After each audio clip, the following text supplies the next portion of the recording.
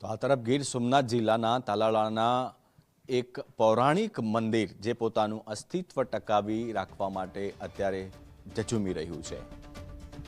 ભીમદેવળમાં આવેલું પૌરાણિક સૂર્ય મંદિર છે જે ખૂબ જૂનું છે। 9મી સદીનું આ પ્રાચીન મંદિર છે જે અત્યારે જર્જરિત હાલતમાં જોવા મળી રહ્યું છે।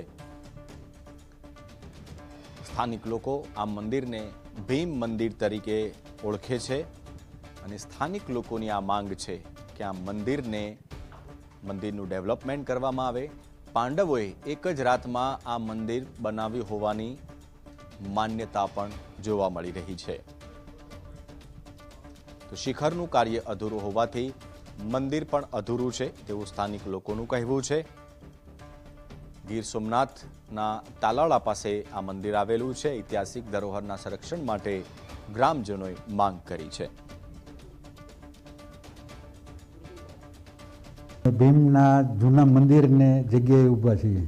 2000 વર્ષ જેવું બતાવવામાં આવે છે લોકવાયકા પ્રમાણે, અને અમારા પૂર્વજોએ બતાવે છે કે આ 2000 વર્ષ પહેલાંનું મંદિર છે અને અત્યારે આ ખંડેર અવસ્થામાં પડ્યું છે। કોઈ જાતની અહીં સાર સંભાળ થતી નથી। કદાચ આની અંદર બધું સરકાર અથવા તો કોઈ સ્થાનિક સ્વરાજ ધ્યાન આપે તો આ એક ફરવાલાયક સ્થળ બની શકે તેમ છે।